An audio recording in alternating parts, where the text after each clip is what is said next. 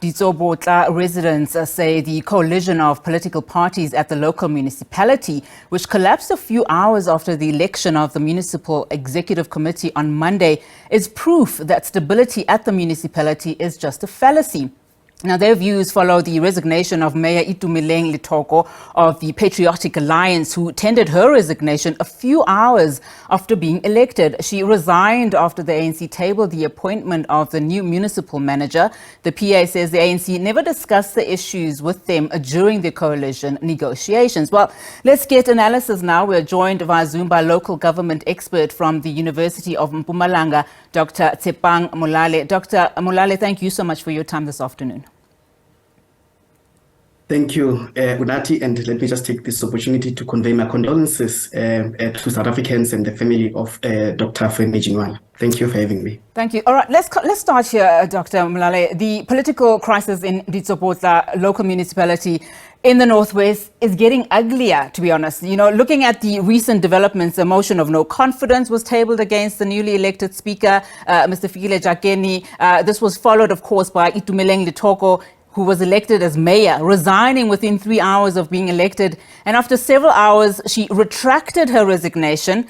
What should we be reading into the situation? This is a fragile minority coalition government. We're looking at this marriage of inconvenience between the ANC, African Hearts Congress, and the PA, with the ANC having 16 seats and these two having PA and Farm for Service Delivery having 2 seats each, and African Hearts Congress having 1 seat. So 21 seats in a 39-seat council is quite a very precarious marriage of inconvenience, which will spark chaos going forward, because now smaller political parties are holding the ANC at ransom, and within good reason. We had the reasons that led to the mayor resigning, and ultimately emergency meeting were held between the ANC and the PA after resolving their differences, and then Forum for Service Delivery coming up to say, we were not part of your discussions, although we are in a coalition government. You need to also then come put us in. You know, we are rejecting this withdrawal of the resignation by this mayor. And unfortunately, the ANC has got to do a lot of quid pro quo or bargaining tactics, because they cannot afford to lose this council. Hence, I say, going forward, we should expect more chaos, because political parties are going to have a field day with trying to ensure that, you know, they throw motions of no confidence. Well, maybe having their own reasons, but this speaks to the fragility of only having a coalition of government with only 21 seats. And unfortunately, with all the chaos that you're speaking of that's to come, the people on the ground are the ones that are suffering. Let's now look at, you know, a helicopter view of the Northwest province and, you know, its finances in terms of municipalities. Not a single municipality in the Northwest is financially stable, you know. So questions, of course, being raised whether or not the province's municipalities will be able to continue operating in the manner in which they are operating in, when they can't even cover basic expenses. And this also speaks quite interestingly to the chairperson of the ANC, who was elected last year at a provincial elective conference, who's now the MAC for Cooperative Governance and Human Settlements and Traditional Affairs, Nonomaloi.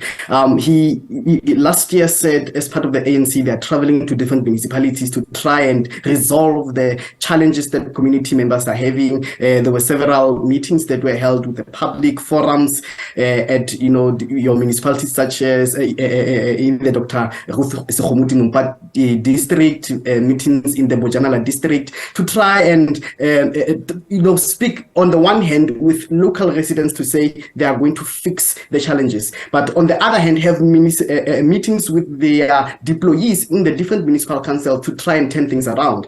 Unfortunately, this is a ticking time bomb. We are expecting now to be receiving AG's report on the previous financial year performances of municipalities, and we will have got to see what is it that this new council has done now that, you know, they've had a year in office.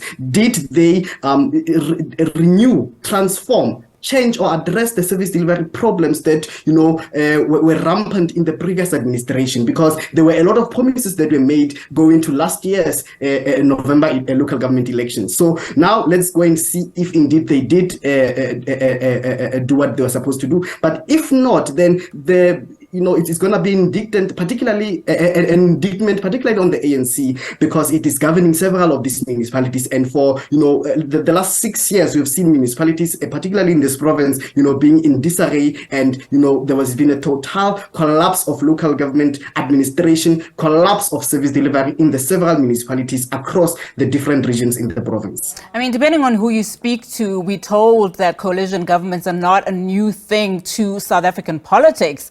But just looking at, the upcoming elections, national elections, that's within 18 to 19 months or so, what would it take, for this country to be able to have stable coalition governments?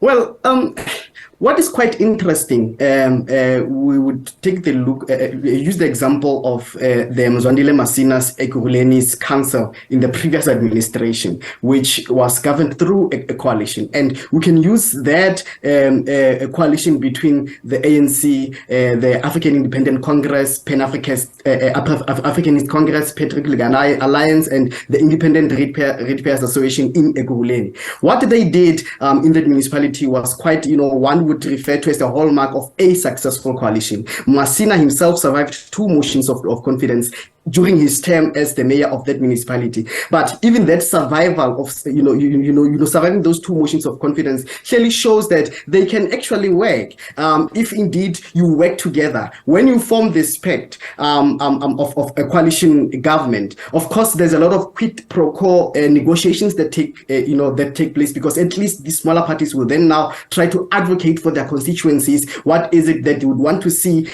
on behalf of their constituencies being done in this government? Now, if we take it to a national level, and we see, with the examples of your Ditsobotla, examples of your city of Tshwane, Johannesburg last year, we're going to be in a very precarious situation to see. Maybe we might even be following in the example of Italy, where we've seen at national level coalition governments there not being sustainable.